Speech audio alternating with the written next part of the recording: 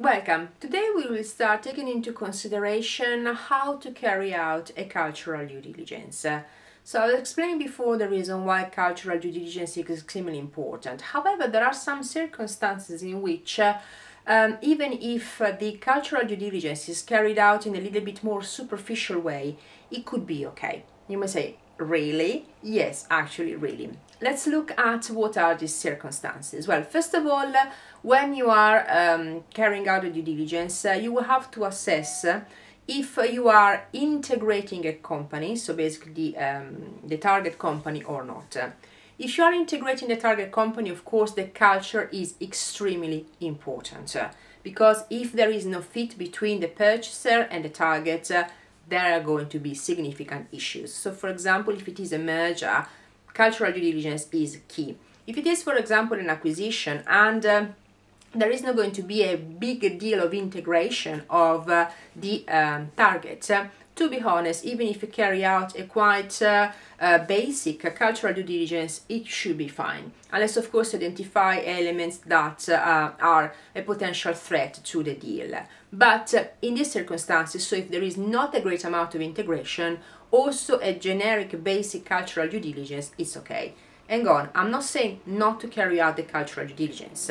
That's not what I am saying. I'm saying basic cultural due diligence. So always carrying out the due diligence is actually the extent and the depth of this exercise. Another situations whereby a basic cultural due diligence will be okay is, for example, the purchaser is not going to make that many interventions into the target.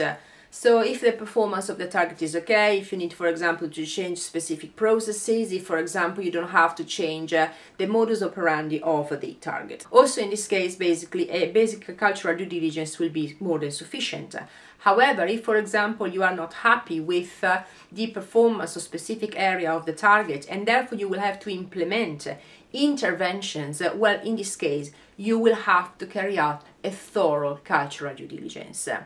Also, you will have to take into consideration up to what point the purchaser is going to tolerate differences in the culture of the target.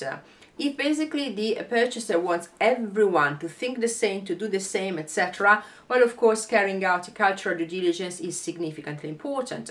While, for example, if the purchaser is going to actually admit and consider differences in the way that people operate, in the way that people think, and actually believe that differences can be a great asset, in this case, of course, also a more basic cultural due diligence will be fine.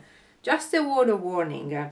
Just because the purchaser believes that it's okay for the target to have a more quirky or different way of working, it doesn't have to be a justification for not carrying out a cultural due diligence.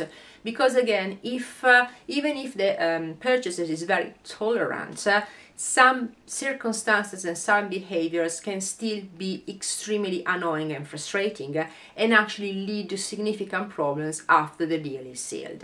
So the cultural due diligence has to be included in the exercises that are carried out before deciding to go for a deal. However, the depth of the cultural due diligence will depend on whether basically the target is going to be integrated, on how far, whether there are going to be interventions to be carried out in the target, and also if basically the purchaser is going to be more lenient and more open to differences in the way that the target operates compared to the purchaser. As I said, always carry out a cultural due diligence. These three elements will determine the depth of the exercise. I will actually carry on in the future videos explaining how to assess cultural due diligence. Thank you so much for watching.